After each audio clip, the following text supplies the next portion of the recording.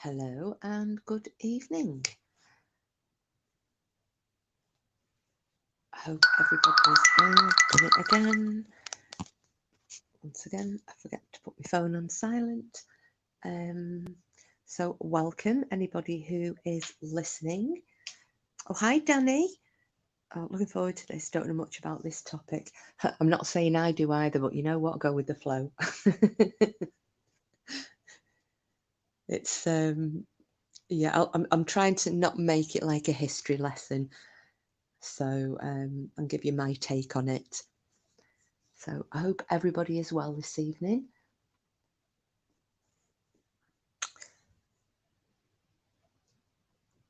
Hiya, Danny. Has the snow stopped near you? I know you were saying last night you were expecting a significant snowfall. So I hope everybody's safe and well in your little corner of the earth.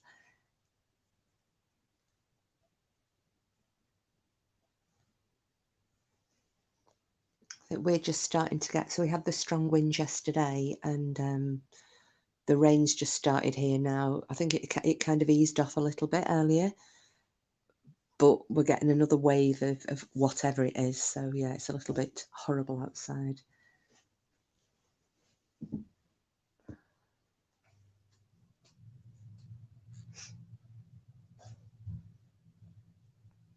So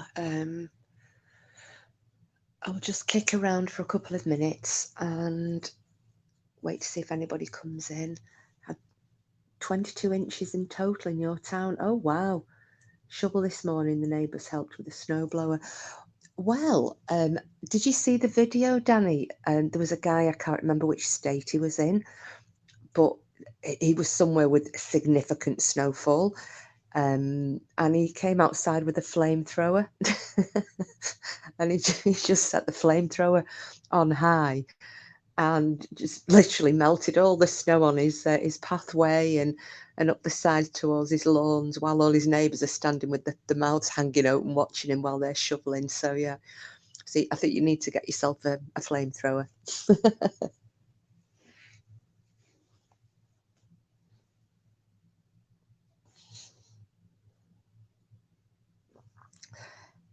So for those listening, and those who are listening, feel free to come in and join chat if you want to. We're a friendly bunch, but it's quite all right if you want to lurk and listen. Not a problem there at all. Um, so tonight's live, I'm going for history and mystery, because we did a UFO live this week and we've done a paranormal live this week. So I've got to get my history fix in somehow. So here it is, and also with a bit of a mystery thrown in. So this story will be more familiar to people in England than anywhere else, especially those people from this kind of the southeast of England, because this is where the heroine of the story came from originally, round the area of Norfolk. So it'd just be nice to share it with people who aren't familiar with her story and who are not in the British Isles. There are quite a lot of Celtic heroes of this same era throughout Northern Europe. I think most people have heard of Vercingetorix. He was a Celtic king of, well, in the area that's now known as France.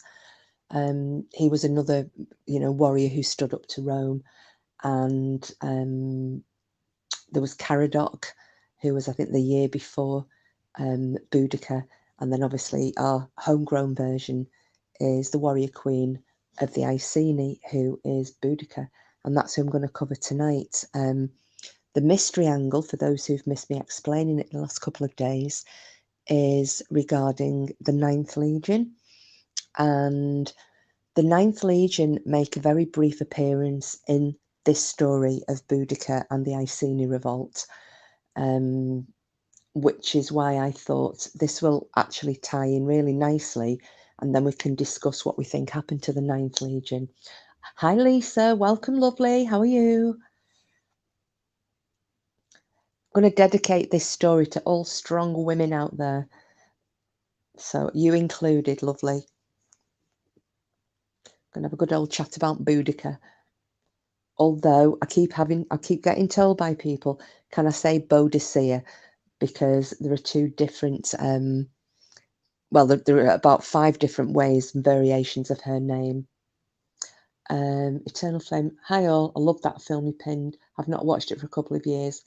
I pronounce the name like you do. Yeah, hi Eternal Flame. Yeah, it's one of the it's actually one of the better films, that one. Hiya Frida. Hello, love. Well, Lisa, I've pinned I'll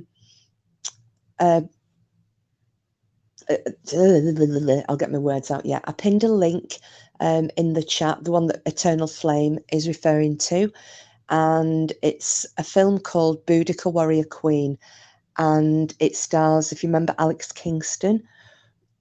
And I think it's one of, I mean, there is a little bit of, there are flights of fancy in this film, but I think it's one of the better films about Boudica.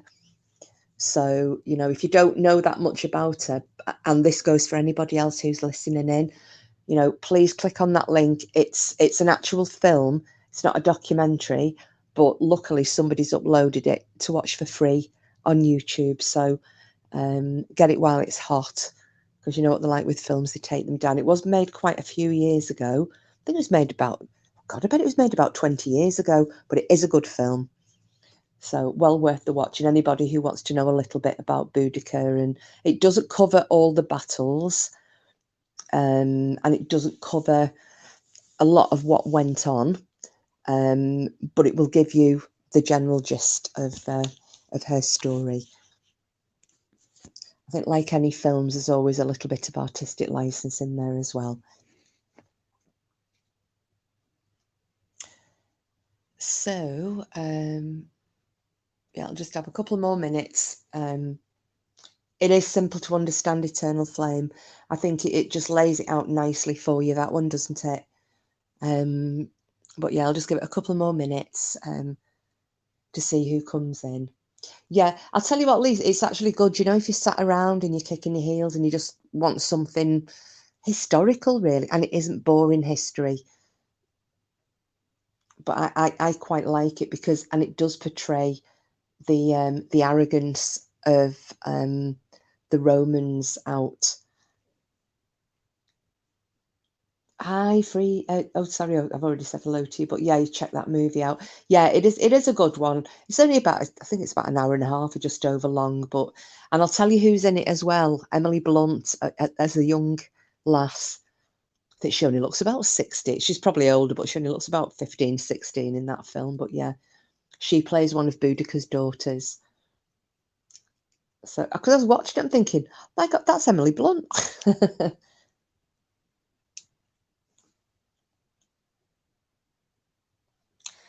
So, as it's a more history related tonight, I'm probably not expecting as many people as usual to come in. I think we got loads coming in listening last night, just talking random shizzle, which was quite surprising. But yeah, it was a good chat last night. So thank you for everybody who was there. Right.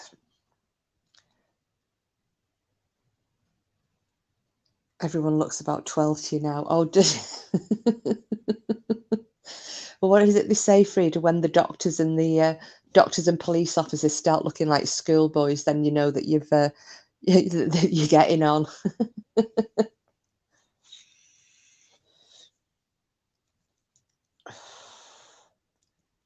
Oh yeah, for anybody who's just listening, because I know some people just listen and don't watch the chat.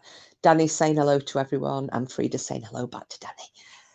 So this is why I do read out a lot of the chat, because I know some people just listen, and there's nothing worse when you're trying to. I've done it myself, and I'm really tired, and I'm too tired to actually watch a chat, but I end up having to because I want to see what everybody's saying. So that's one of the reasons I always go through the chat for everybody and try and read out everyone's comments.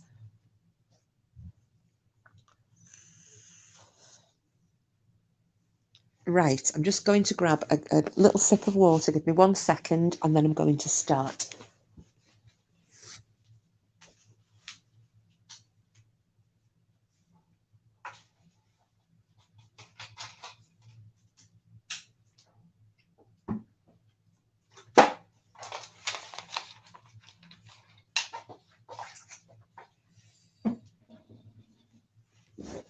Right,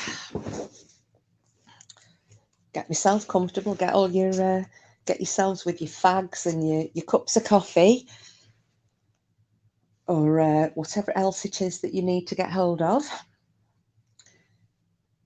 And I shall start. So, for the people who don't know who Boudica is, and you know, and I'm going to expect that there will be a fair few people, especially outside of the UK. She is one of our iconic figures in the British Isles.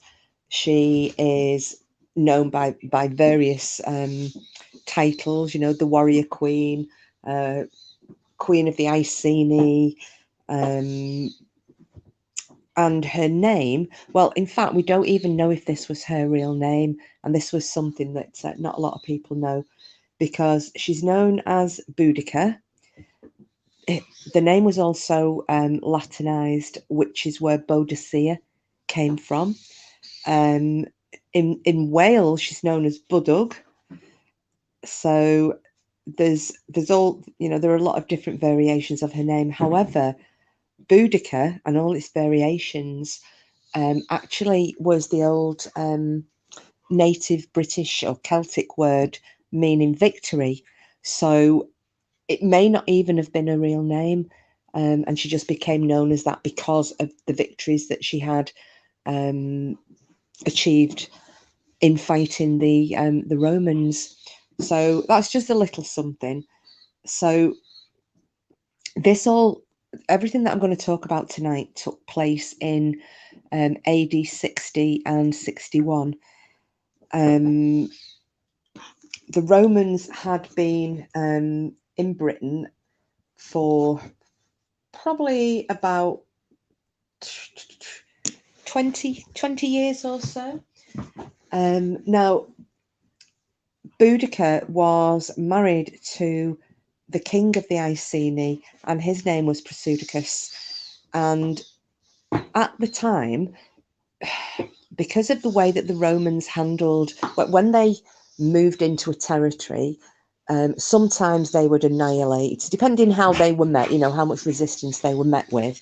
Sometimes they would completely annihilate any resistance, or because believe it or not, they didn't want to be losing the best fighting soldiers in fruitless battles. So if they could avoid any forms of battle, confrontation, and so on, when they moved into a new country, lands, what have you, then they would do.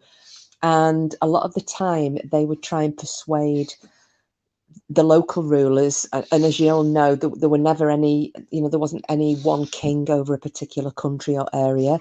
Like Britain was made up of dozens of different tribes, and all had their own king or queen. And it was the same right across Northern and Western Europe.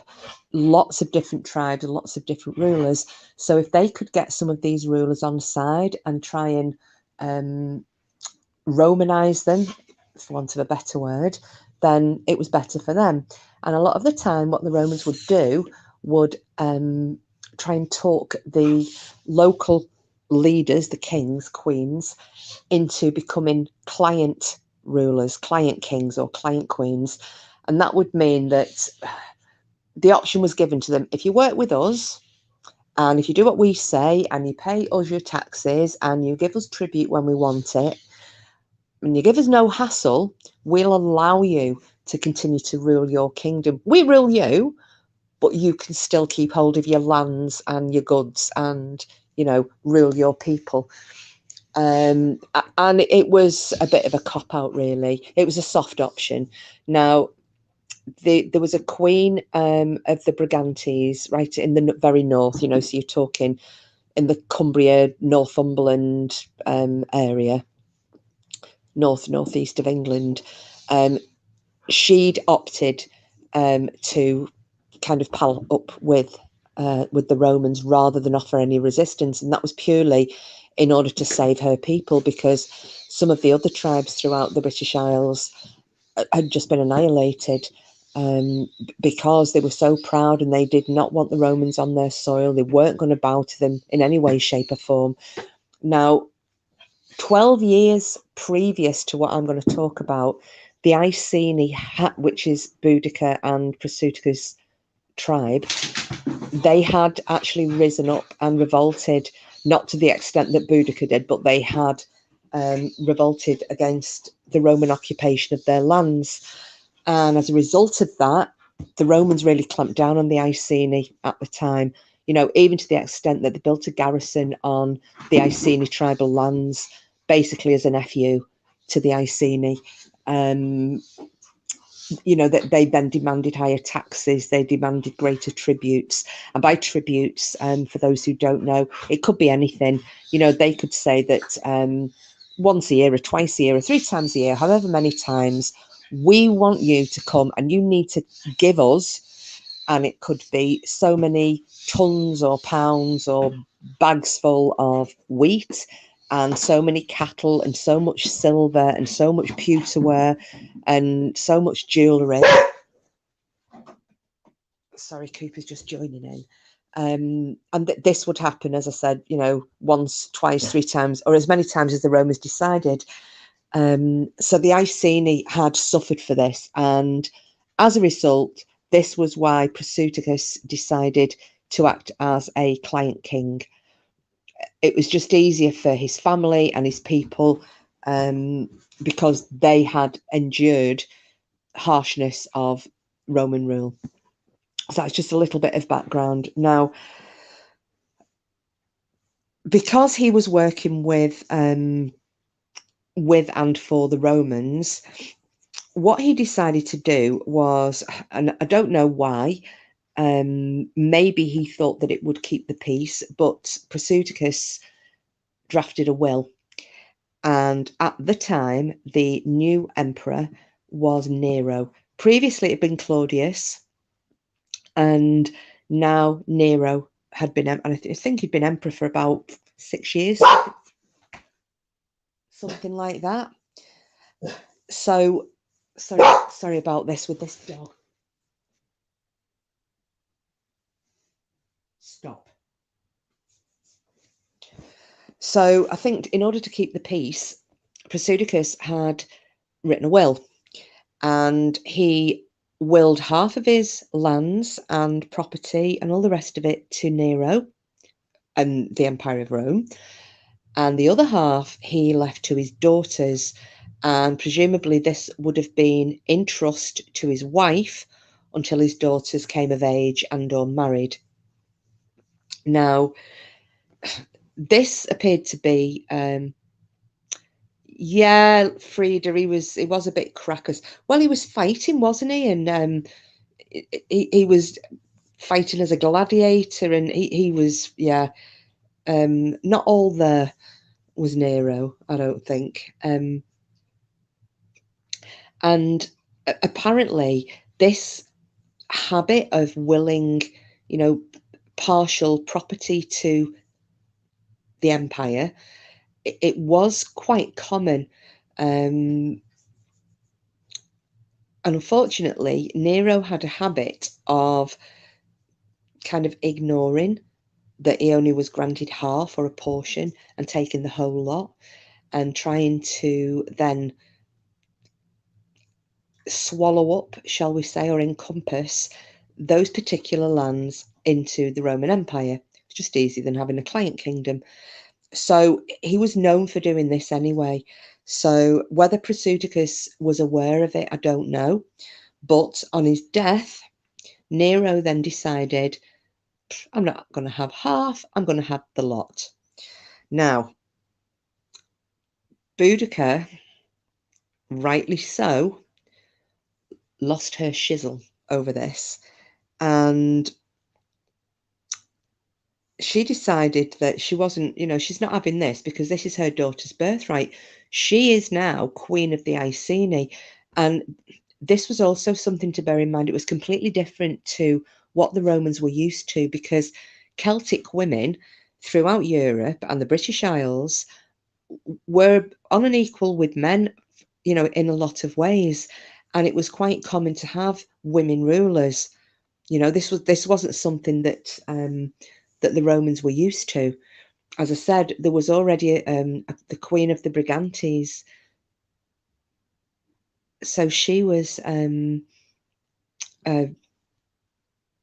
Sorry, I've just completely lost my track there because the dog is looking at me like he's going to bark. I'm so sorry. Yeah. So already we've got the Queen of the Brigantes. She's a strong ruler. She's making a lot of very good and political decisions, and they were happy to deal with her. However, they just weren't used to it. Now, what they also weren't used to was having, oh, hi, Pork Chop, hello. Sorry, we're just going through this, Boudica, a little bit of the background. So the Celtic tribes, they were actually very advanced. I tell him, no, Pork, you can't go to the toilet. Yeah, with his hand up. Well, actually, yeah, I took that as a hello, although it could have been his hand up asking a question, so I don't know.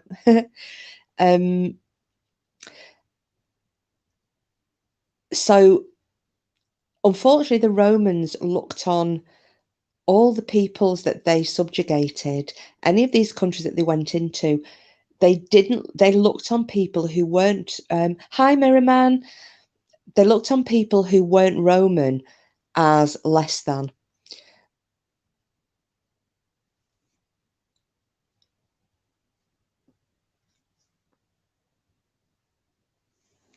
Oh, where are you at?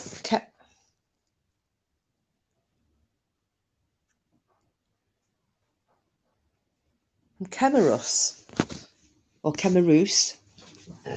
Oh, sorry. Oh, God. I knew this was going to happen. This dog, we've got the wind is picking up now. I am so sorry. Stop, Cooper.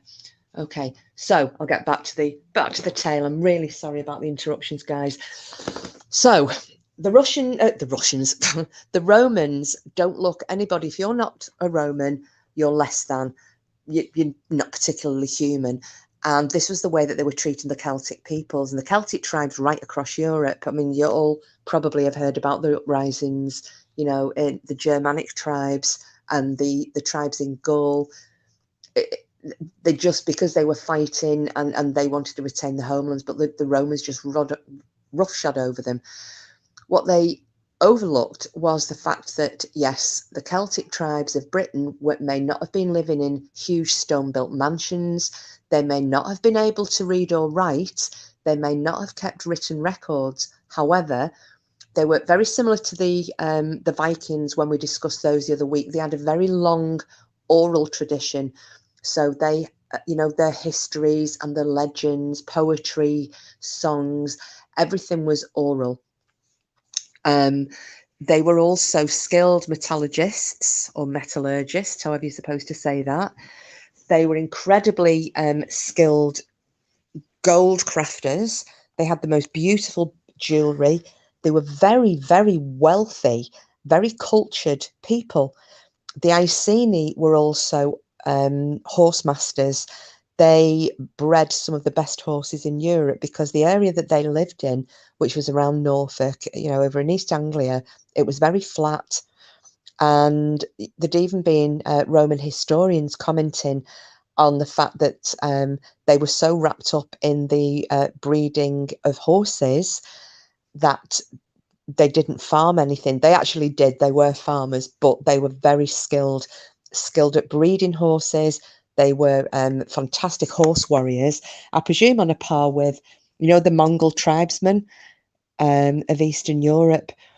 That's the kind of impression I get about the Iceni.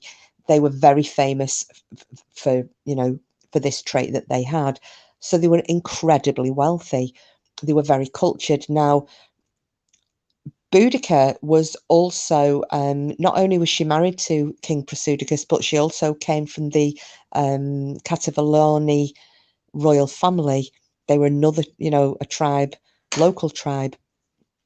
So she was very well bred. Now, she may have looked like a peasant to the Romans. She may not have been able to read or write, but she was very proud. They were very moral. They had high standards, and she would not for a second have expected to be treated, in any other way than a queen. So when Nero seized the whole of the Iceni tribal lands and all of Prasudicus's belongings, his horses, his jewelry, just everything, she was not having it. So she went along and she complained, and she probably did it in a haughty manner, which probably was her way, because she was a queen. She was of royal blood, and she was used to getting, and plus, don't forget, she was not only married to a great warrior, or had been married to a great warrior, she was a warrior herself. She came from a long line of warriors. So she has gone along and she said, I don't agree with this. He did not leave you everything. Half of his lands belong to my daughters. I shall be keeping this land for my daughters. You are not going to be having, everything. You can have, begrudgingly, you can have what Prasudicus left to you, but you're not having the whole lot. Oh, sorry, just look at Frida. Education is good, but intelligence is more important. Just my opinion. Yeah, absolutely it is, Frida. Of course it is. You can have all the education in the world, but still be as dumb as ditch water. So she waits for her answer, and the answer was that they wanted to shut her up. And the best way to shut her up was going to be by humiliation. So Queen Boudica was dragged out publicly. She was stripped naked and she was flogged. Now, anybody who has got any, if you're familiar with Roman floggings, this wasn't just a tickle. It wasn't, their floggings were absolutely barbaric. They were barbaric. There are tales of grown men dying of shock during a Roman flogging. Anybody who may have seen The Passion of the Christ, the flogging scene there. I've only watched that film once. I'll never watch it again because it turned my stomach. It was so bad. But that's been hailed as being one of the most authentic portrayals of a Roman flogging. So you can imagine what Boudica was subjected to. Not only that, there is a trigger warning here. I'm just going to warn you now about sexual assault. If you don't want to listen just for 1 minute, put your fingers in your ears or turn away. I'll just give you a second to sort yourselves out. Right, I'm going to roll with it. So she has been stripped naked and she has been flogged. No problem, Eternal Flame, just going to start now. Her daughters, who, there's no record of the names, there's no record of the ages. However, some contemporary reports seem to estimate that they were around the ages of 10 and 12 years old. Her daughters, who were princesses of the Iceni, are then, the Romans they used to use rape as a punishment. So they were then gang raped by Roman soldiers, probably in front of a mother, definitely in public. What would probably be known these days as, I think they use the term running a train, and that would have been done to both of these girls. So this was downright barbaric and utter humiliation for Boudica and for her daughters. There are also reports that other members of a close family. So whether that's aunties, uncles, cousins, were then also captured and taken into slavery as a punishment for her daring to question what the Emperor Nero had done. So, right, everybody, just in case you can hear, that's it over and done with. There's a bit later on. I'll give you a trigger warning later on as well. But yeah, I won't be mentioning that again.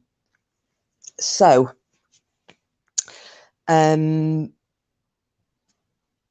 Boudica goes back, not tail between the legs, but she basically returns to her tribe.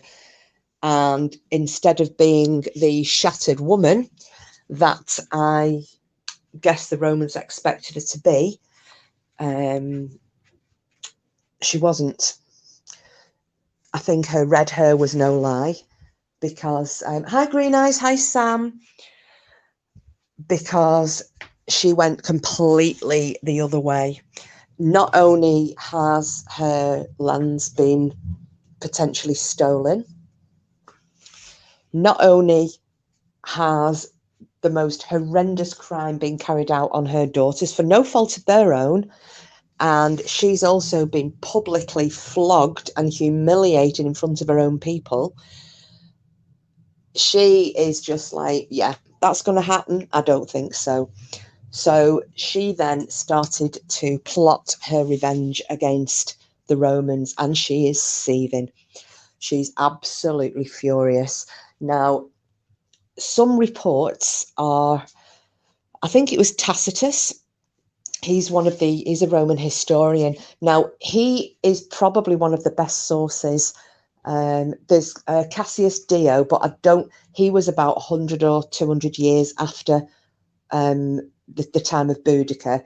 Tacitus was contemporary, and also his father-in-law actually served with, he was serving in Britain at the time of the Boudican revolt. So he would have got information, directly from his father-in-law. So I think of anybody, he's probably the one that you can trust the best. Now, he's written that the Iceni that year didn't sow any crops during the summer. And that's significant because they spent the entire summer fashioning weapons. So they were obviously, Boudica has decided to go all out, balls to the wall on this one. She is not having, stuff the planting of crops, forget about the horse breeding, we're doing nothing. We are just going to make weapons because I am going to avenge my daughters, and I'm going to be avenging myself, and I'm going to be avenging my husband, because things have been stolen from him as well. So not only are her people fashioning these weapons, and don't forget the Iceni were actually a very wealthy tribe, and they've got, they don't have to go around beg, stealing and borrowing. They have got the funding there to obtain the materials and the manpower to create these weapons. And during this time as well, she's also sending out messages to the neighbouring tribes. Now, as most people are aware, the neighbouring tribes in Celtic Britain, the ancient Britons, they fought with each other. If they couldn't fight with each other, they'd fight with themselves. So Frida, she was, but if it's your daughters, what are you going to do? It probably, and again, it's different times, isn't it? Green Eyes, hi Sam, Mirrorman, Eternal Flame, Danny, Lisa, you've missed out Pork Chop. Green Eyes, he's there as well.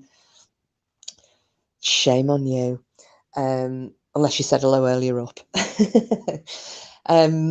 So she's sending out messages. Now, one of the neighbouring tribes was the Trinovantes, and they had their own massive gripes with the Romans because they had originally owned the land. Yes, Porky, I called her on it.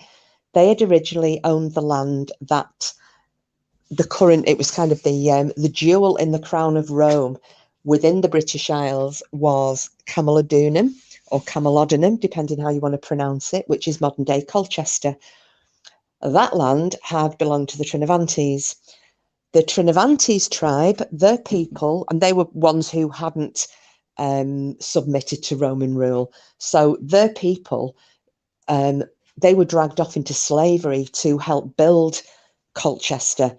And there was a temple which was in honor of the previous emperor Claudius, because he was, the emperor god, which is what Nero himself thought he was. He was the living god, Nero.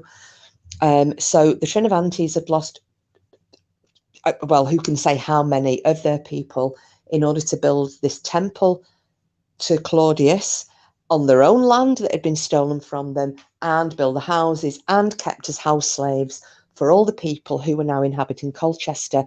And the majority of people in Colchester were ex-soldiers. So the ex-Roman soldiers, because one of the lures for Roman soldiers was that, because they weren't just Romans, they came from all over the Roman Empire. And the one thing that a lot of people wanted back then was to be a Roman citizen.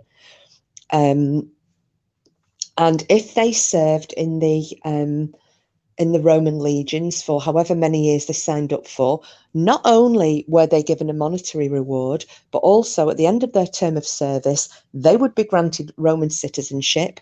And that would then mean that all their children, grandchildren, what have you, would also be Roman citizens. Oh, there you go, Porky Green Eyes says, morning, Pork Chop, I miss seeing you to say hello. There you go. So when they've come out of the army, the Roman army, a lot of these Roman soldiers settled in Colchester. And not only did they settle in Colchester, they also, a lot of them took native British wives. So you've got ex-soldiers there. You've got the half-British children, for those of them who had families, with their British wives. You've also got a lot of the surrounding tribes. So we're going to include Iceni in this as well. So you've got Carnival, Trinovantes, you've got Iceni, the Carnivolani, all of these different tribes. Some of the people, not all of them were totally anti-Roman. Some of them decided that they wanted to embrace the Roman culture, and they became Romanized and went to live in cities like this. So, they dressed like the Romans. They would actually start taking on the language, their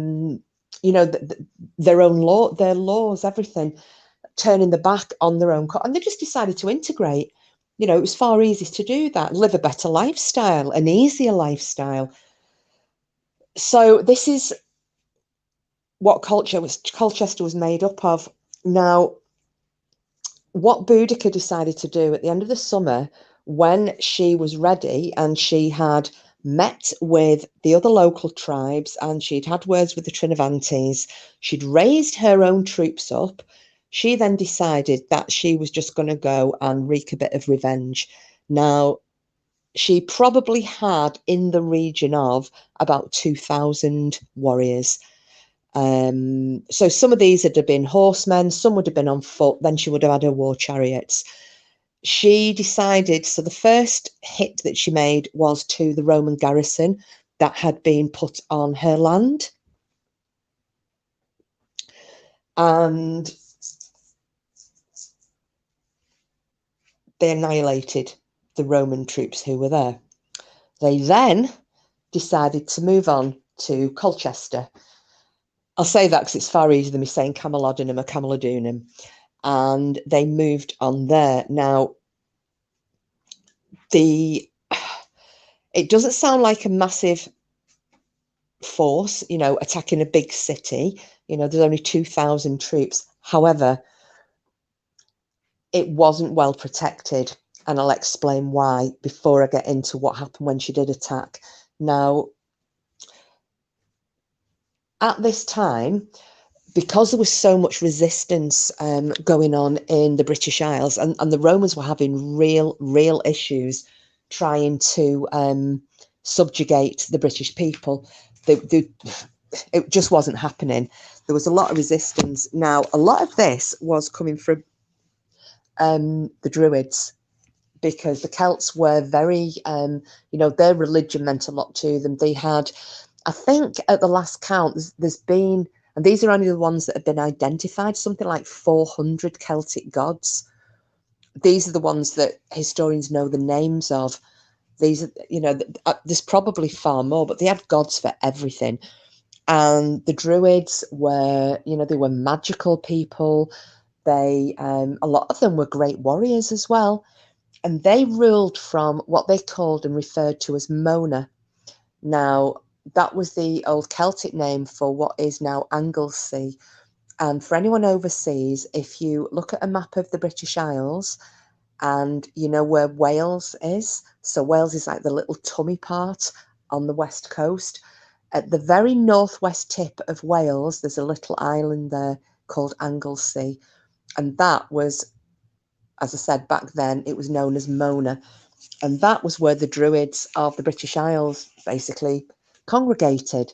Now, usually in Colchester, well, between London and Colchester, Suetonius, Gaius Suetonius, that's where he was stationed, and he was determined to wipe the Druids out because he thought without the Druids, they're kind of the linchpin of all this, the uprisings and the resistance that Rome is having from the Celtic Britons. So let's get up there, let's get onto Anglesey and kick the 7 shades of living SH1T out of the Druids, because if they're not here, we're going to find this country much easier to take over. So with 2 legions, he set off. So he's basically gone from Iceni territory, which is over in the, so that's on the bum part of the British Isles, so the southeast, going, and it's probably about the widest part of the whole of the UK, going from Norfolk over to Anglesey. Now, the area, the distance is probably about 200 and odd miles anyway. Now, even doing a forced march, Roman troops, even under extremes, so if they were trying to get somewhere as quickly as possible, it still would have taken them, the most they could have travelled in one day would have been round about 20 miles. Now, that distance that I just gave then is as the crow flies. You've got to, that's not accounting for hills and dales and having to make diversions and, rivers and so on and so forth. But if you estimate that the Roman legions can travel a maximum of 20 miles in one day, for them to get from East Anglia over to Anglesey would have taken, it's been estimated, it would have taken them around 12 days to get there. Now, add on to that how long they're going to be fighting and trying to get the Druids under control or wipe them out. And then another 12 days at least to come back, right? So this is how long so you're probably looking at, they're going to be missing for around about a month. That's kind of the estimate I would have in my head. Okay. So they are nowhere near, because they have headed off up to Anglesey. So Colchester is virtually unprotected. At the time, there were only 4 Roman legions in Britain.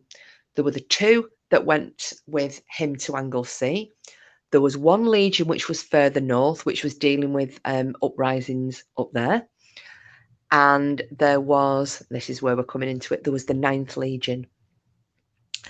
So they were they were just the 1 legion. They were the closest one to Colchester. So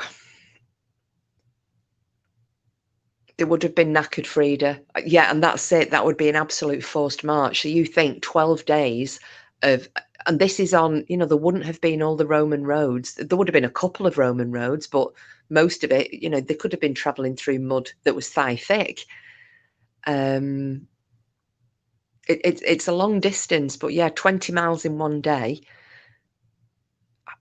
They would have been knackered. Then they would have had all the fighting. And then having to do the same thing again. And you can guarantee that they wouldn't have intended to come back at that kind of speed.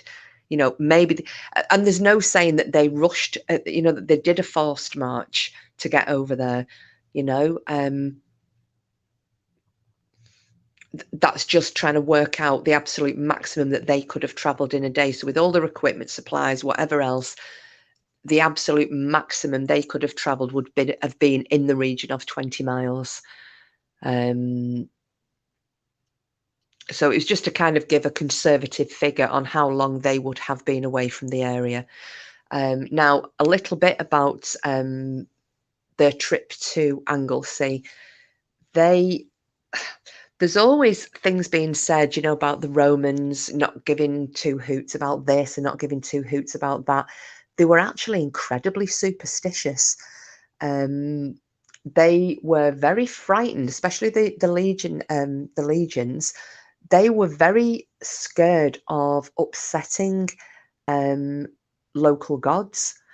So a lot of the time, prior to battles, if they knew of particular gods in particular countries they were at, they would make offerings and sacrifices to these gods.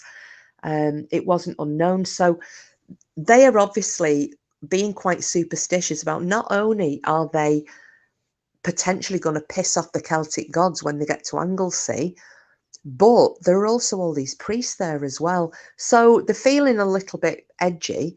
Now, one thing that happened in Anglesey with the Druids, this absolutely horrified Suetonius because it just wasn't something that he'd expected.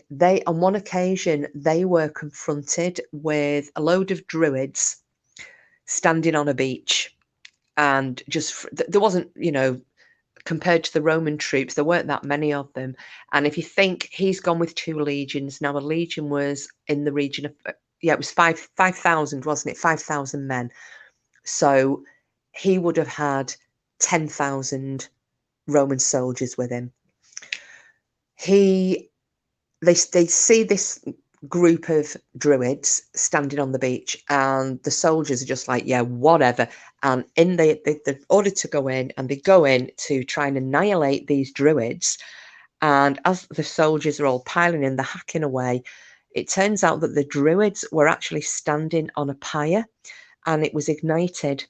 So it went up, burning the Druids alive and all those Roman soldiers that were nearby.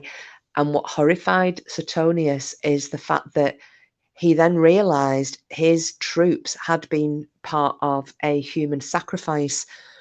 The fact that these Druids didn't give a toss about themselves, and they lured his men in to be part of this human sacrifice, because it was one of the things that horrified the Romans about the ancient Britons, was this practice of human sacrifice. Child sacrifice was quite popular as well.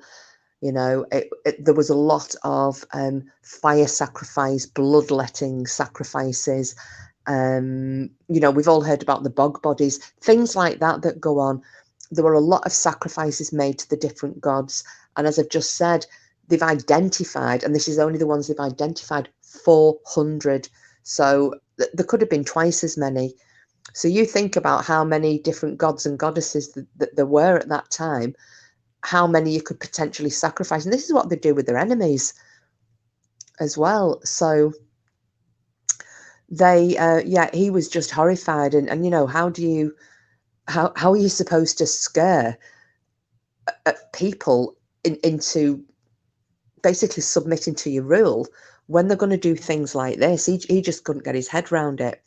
So that's a little bit of a background as to where the local troops were at that time. So they're all up in kind of northwest Wales, 200 plus, it's about 230, 250 miles. So they're that distance away. So even if they're there, they are at least a 12-day march away.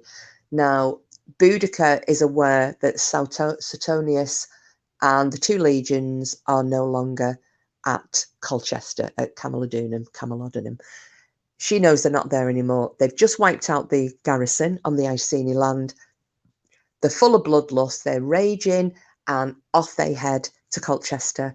Now, the only people in Colchester, at the time, they could only raise around about 200 armed men.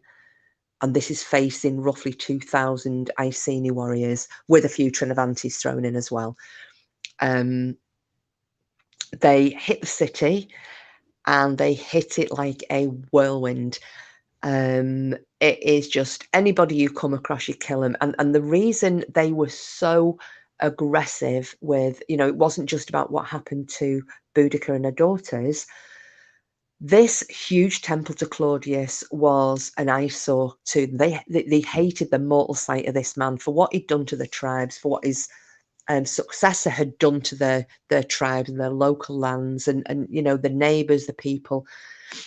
They hated it, and this huge temple with this massive bronze statue is sat there giving the bird to them all.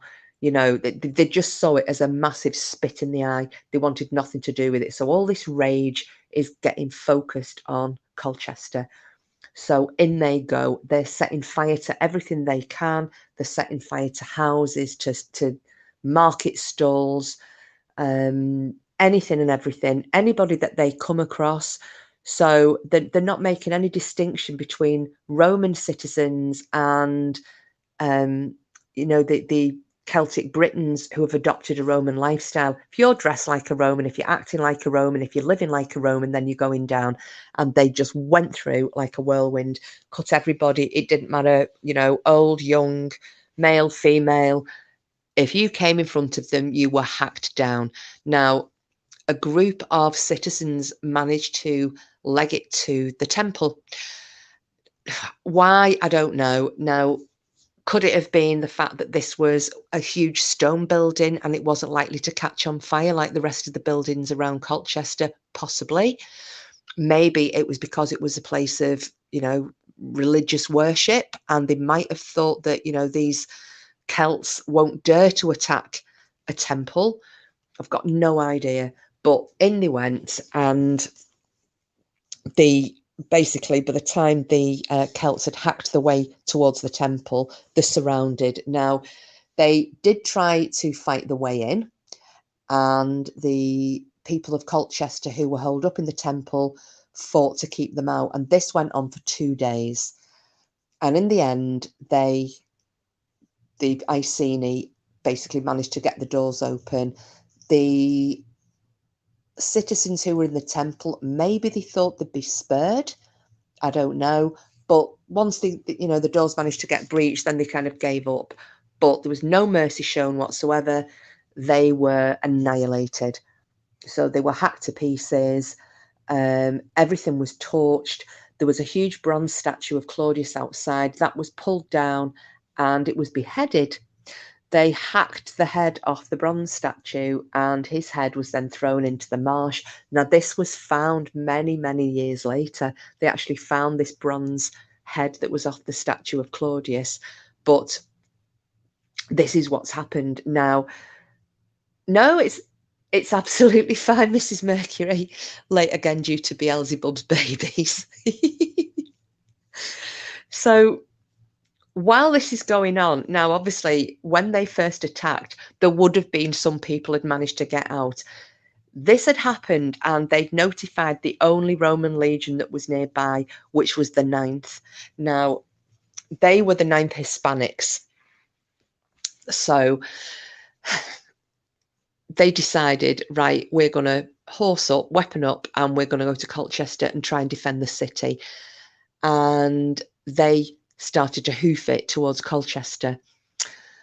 Now, Boudica and her warriors, and they are flushed with, you know, a second victory. They're absolutely chuffed, and the blood's up, and they're raging against the Romans. That they've pulled the statue down. There isn't a person left alive in Colchester. The temple's wrecked. You know, we're just where we're going to go next. And as they're coming out, they then get word that the 9th Legion is marching on Colchester. So away the Iceni head and they ambush them. Now, the 9th weren't expecting this, you know, and they were quite arrogant, the Romans, because, yeah, they were known as the best fighting force in the ancient world, but they just were not expecting that a load of what they classed as, you know, savages would ever be able to beat them. So they were ambushed and it was a slaughter.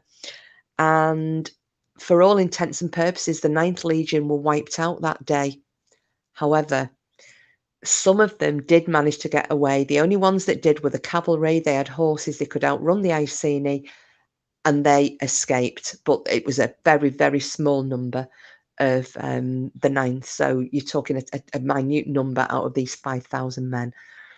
So they then headed off to raise the alarm, and they headed in the direction of Anglesey, because they know that that's where the majority of the fighting force is. We can go there, we'll join up with him, and then we can, I keep going to say the guy's name wrong, Suetonius. I always got to say Suetonius, that's why I keep saying that chap, but yeah, Suetonius. So they head off to meet up with Suetonius. And when they get there, so I mean, this must have been, it wouldn't have taken them the 12 days, because don't forget, these guys are on horseback. But they get up there and they explain to Suetonius exactly what's happened, and he's like, shit, I'm doing no good up here with the druids, and now I'm going to have to head all the way back 200 plus miles to try and stop this from happening. Now, he gets his troops together and they set off back across country as quickly as they possibly can.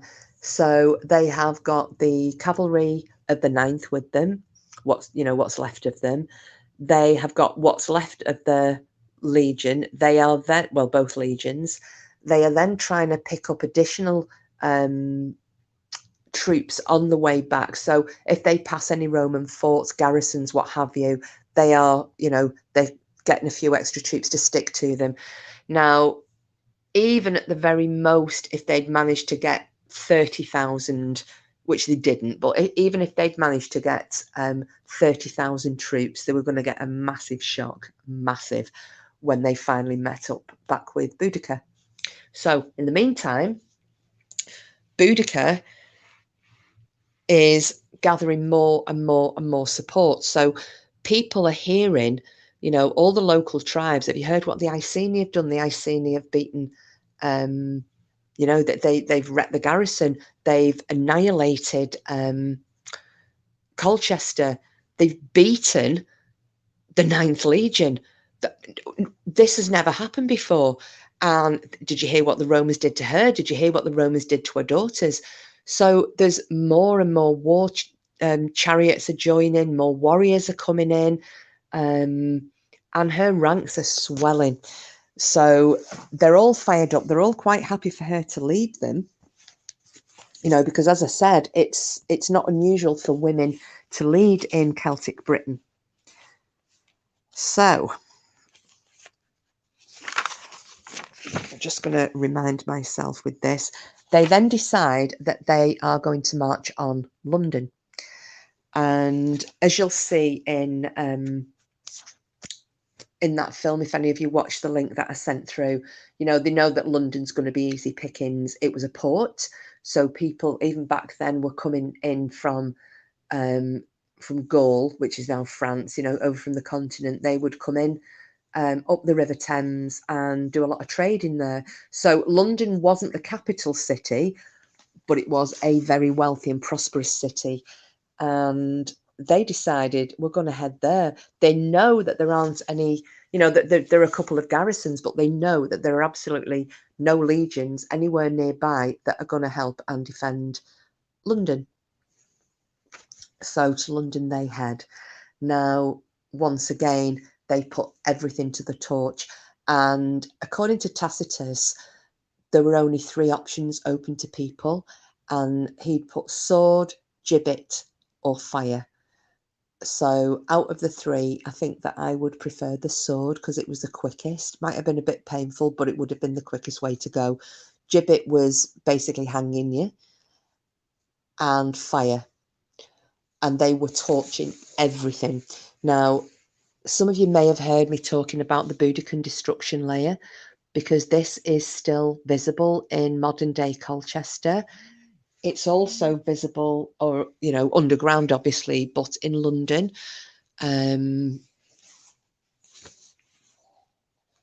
there are, because of the heat that was generated, everything was put to the torch.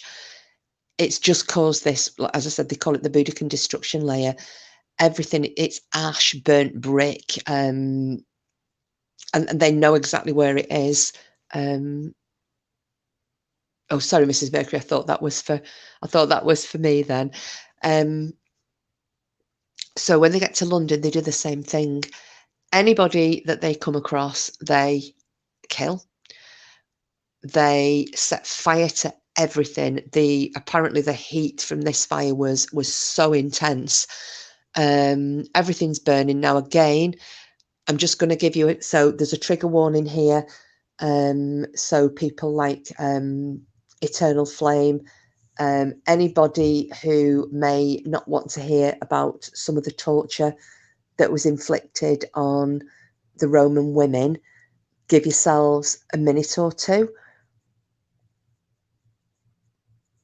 I'll just leave it a second. I will put it in chat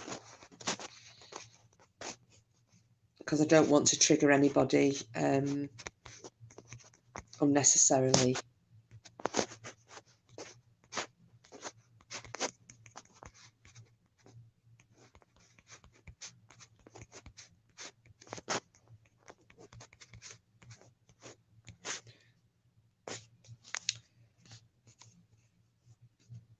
Right, so that's in the chat. So yeah, hopefully I've given everybody the heads up. I know not everybody likes to listen. So while they are in London, they then decide that they are going to drag out of the city Roman women.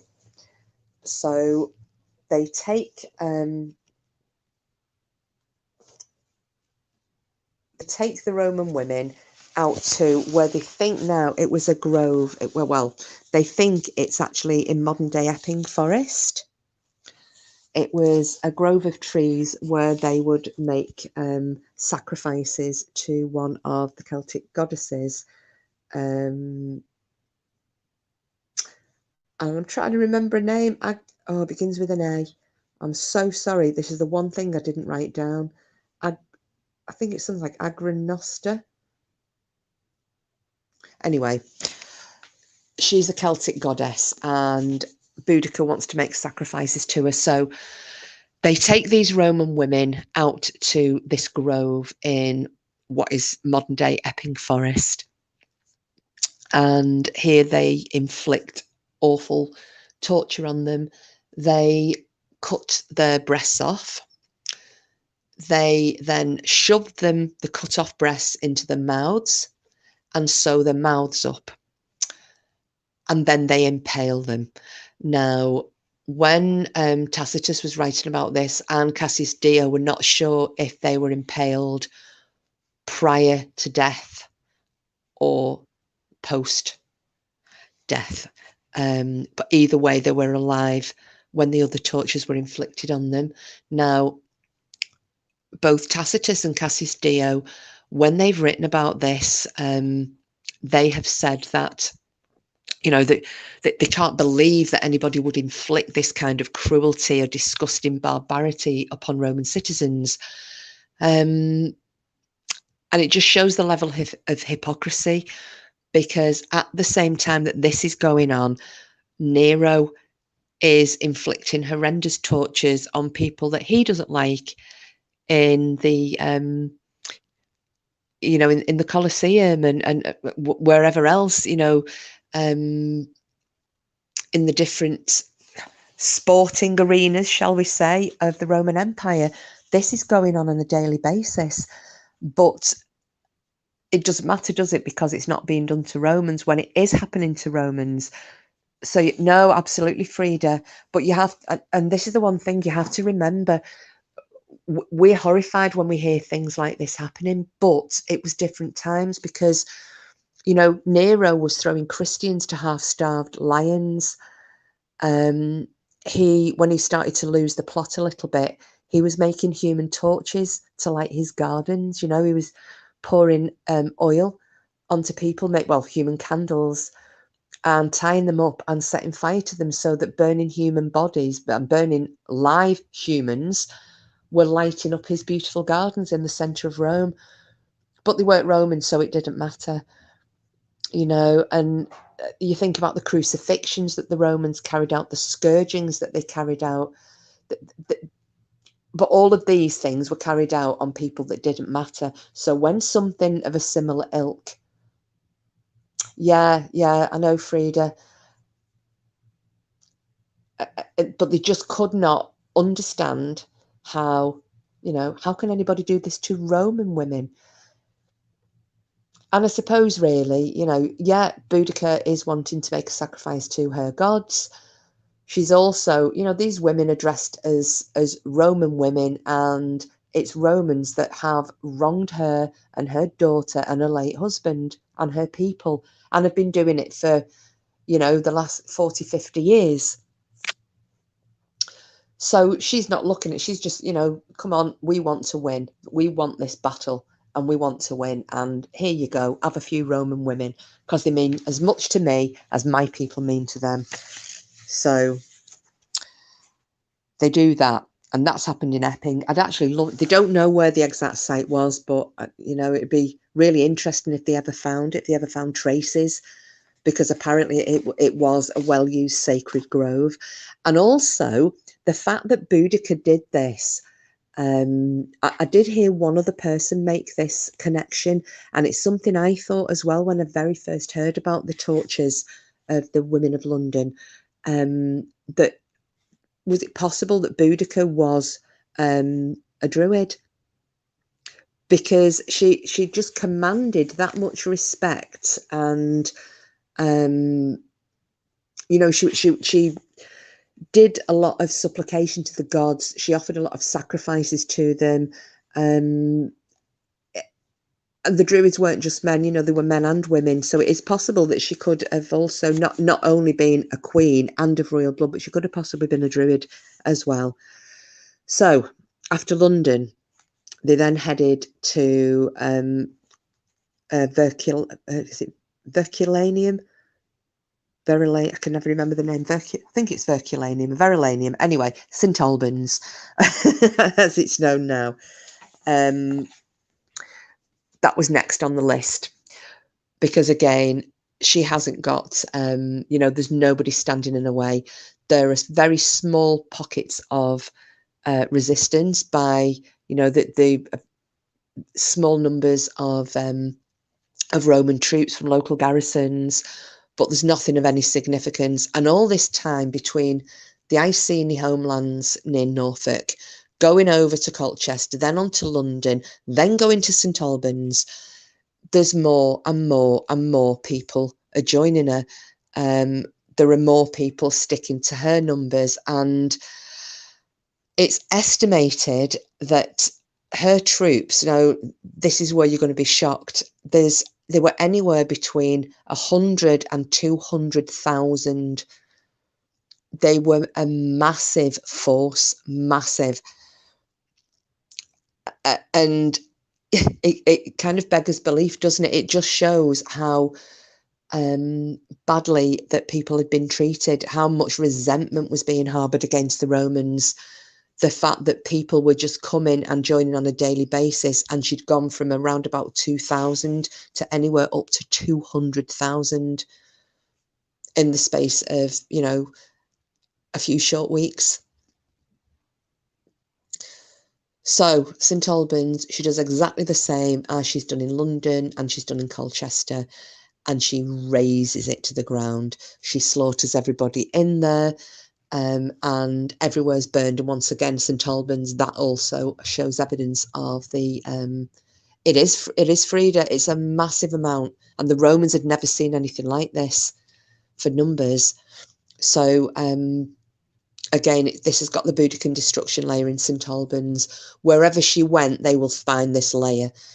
And I'm pretty sure they found somewhere they didn't realise that she'd actually had any influence on this particular place. And then when they were doing excavations, they found the Boudican destruction layer. So it's one of the ways they can tell if she's actually been somewhere. So talk about leaving your mark. Anyway, by the time that she had finished sacking St Albans and was ready to move on, there were estimates that she had left. This isn't just in St Albans, so you're talking a cumulative total of dead Romans, Roman citizens, their wives, the families, that she'd left in the region of 70,000 dead.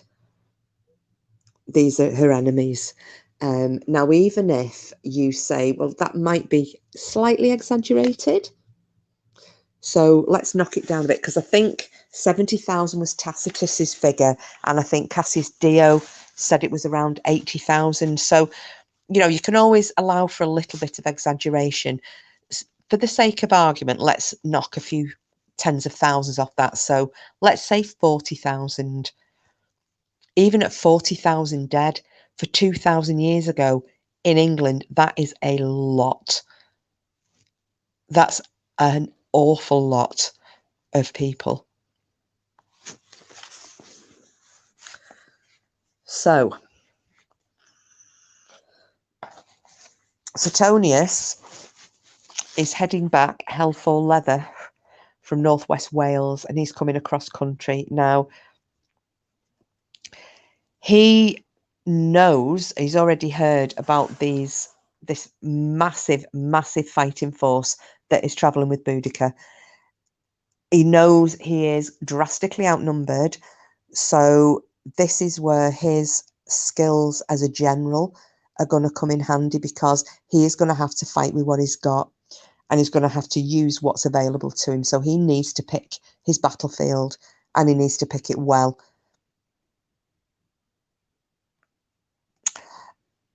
Frida, I don't. All I can estimate. Oh, sorry, for anyone who's just listening, Frida's asked, do another size of the Roman population at that time. If we think there were 4 legions stationed there, so that's 20,000.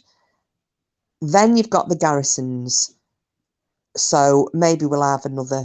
Should we have another? I don't know. The whole of the British Isles.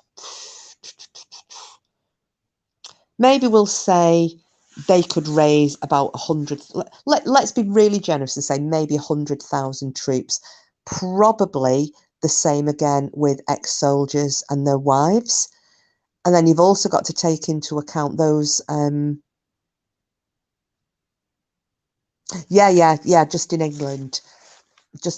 Because there were Roman garrisons and forts dotted around all over the place, but there wouldn't have been full legions there, would there? So let's say I'll actually give me a second, because I have a book here, and I'm just going to see if it will tell me what the Roman population was at that time. Because I'd like to know as well. It's a really good question, that, actually, because I never thought to write that down, just to see what kind of a percentage it would be.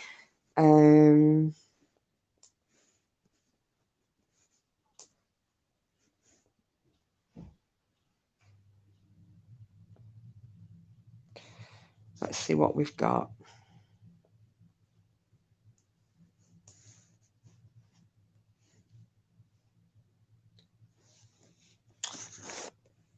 Okay.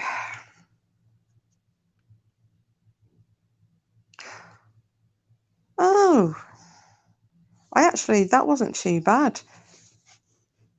I think I did oops.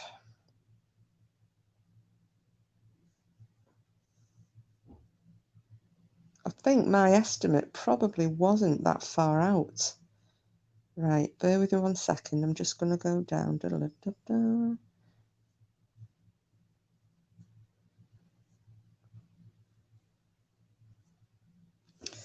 Sorry about this, everybody, but I am trying to find a reference to numbers. I thought I saw numbers then for a second, just to see what Boudica was up against. Yeah, no problem.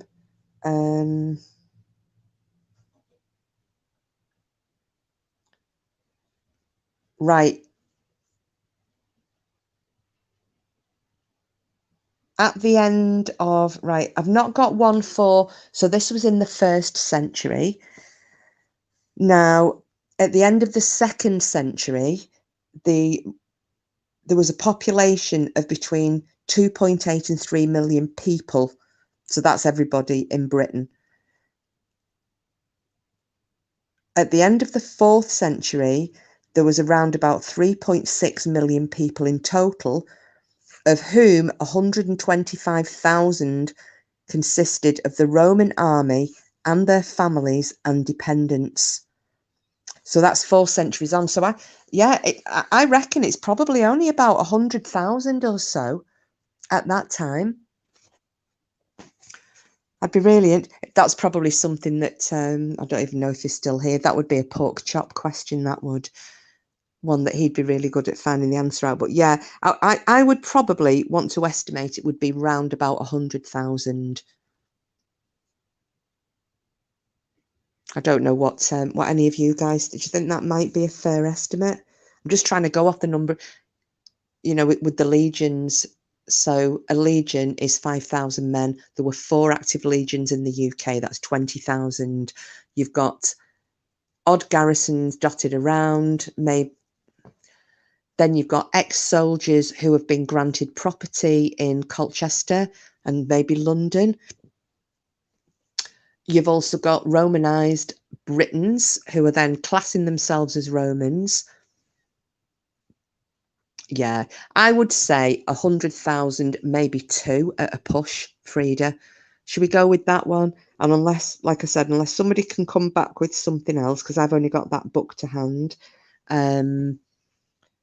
Like I said, maybe Pork Chop will find that one out if he's still listening. I don't know if he's still here or not. So that's where we are with that. So she has got this, but she's got this massive force of between 100 and 200,000. Now, Suetonius, realizing that Boudica slaughtered 40,000 of them. That's a big percentage. Yeah, well, that's me saying 40,000. It was Tacitus said 70,000 and Cassius Dio said 80,000. So it is a big percentage. She wiped out the 9th Legion, more or less. So that's 5,000 gone as well on top of that. So you were left with only 3 legions. One she's annihilated in the ambush coming outside of Colchester. So she's got the 2 legions with Suetonius, and then there's 1 legion which is further north of Britain that's trying to deal with uprisings up there. So for fighting men, she's quartered. You know, she's taken a quarter of the fighting men away. The only other fighting men are dotted around at the garrisons and ex-soldiers who probably, you know, can they be bothered?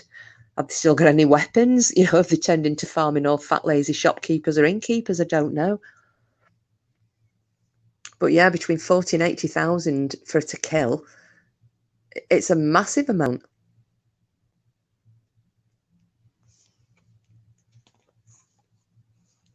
So we're going to come to the battle. Now, Suetonius, knowing, and the other thing was as well, Boudica didn't rest between these battles. She was just jumping, you know, she went from Colchester. Well, she did the garrison first, then Colchester, then London, then she bounces on to St Albans. And some people have said that, you know, they thought it was quite reckless. However, others have made the point that I was going to make, which was she had no choice. If you think that she has got a battle force of up to 200,000, it is a total logistical nightmare trying to, you know, feed and water that many people. Plus, you've got to think about all the horses that are either being ridden by her cavalry or are pulling her war chariots. Then you've got all the carts that are being pulled that are carrying supplies. And on top of that, and this was quite significant, the Celts brought the families along because they are flushed with battle victory. They haven't been defeated. You know, they've sustained minimal losses considering the battles and who they've been up against. And you know, they think that all these sacrifices they're making to the gods and goddesses are, you know, that they're succeeding. Oh, guys, can you give me 1 second, please? I just need to check a text. If my screen goes black, I'll be back. Please stay where you are a second. I've just had a text from a member of my family. Give me a second, please, guys.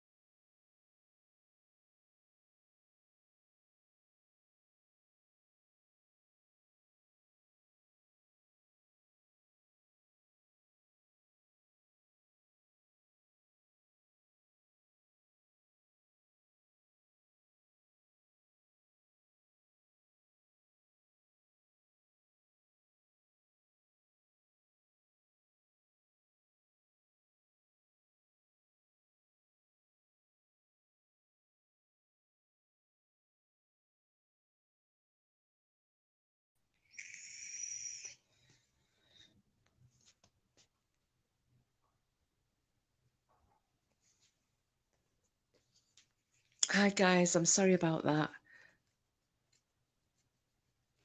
I might have to. I'll carry on with this with the stream. I might have to end the stream early and maybe pick this up tomorrow. Yeah, my brother has just texted me green eyes. My dad's not so good, so yeah, I'm sorry about having to leave the stream midway there. Sorry, it just threw me for a little bit.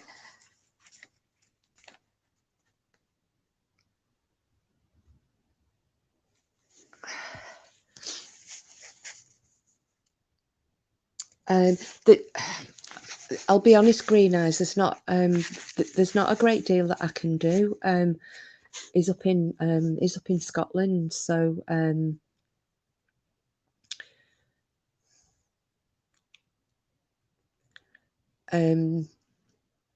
yeah. Oh God, I'm really sorry, guys. My brain's just gone addled.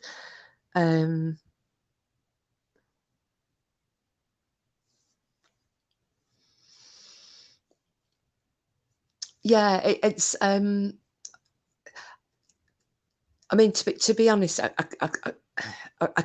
can't do anything really. I'd just spoken to my brother briefly, so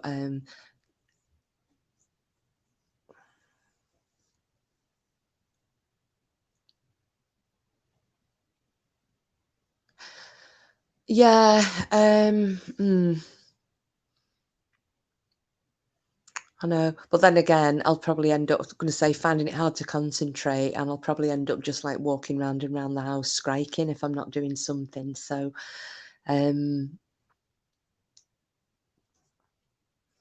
yeah, I'll finish off. I'll finish off this this bit about.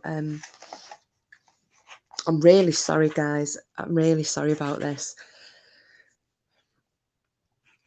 Um,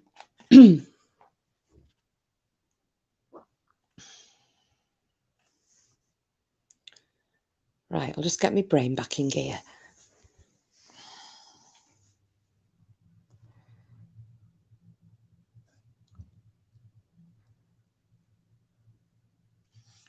Right. Okay.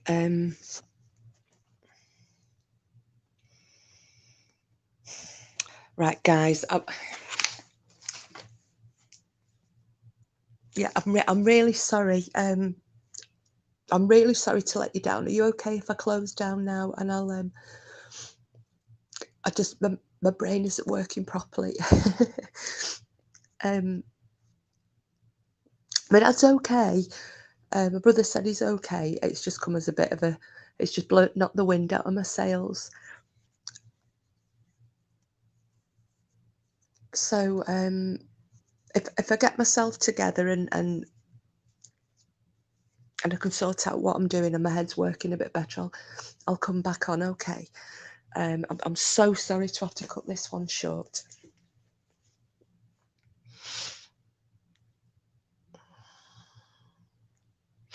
Thanks, ladies. I'll catch you. I'll catch up with you later. Like I said, if I'm rattling round later on, I might come back online. So I'm really sorry, and I'll speak to you as and when. All right, everybody. Thank you. Take care.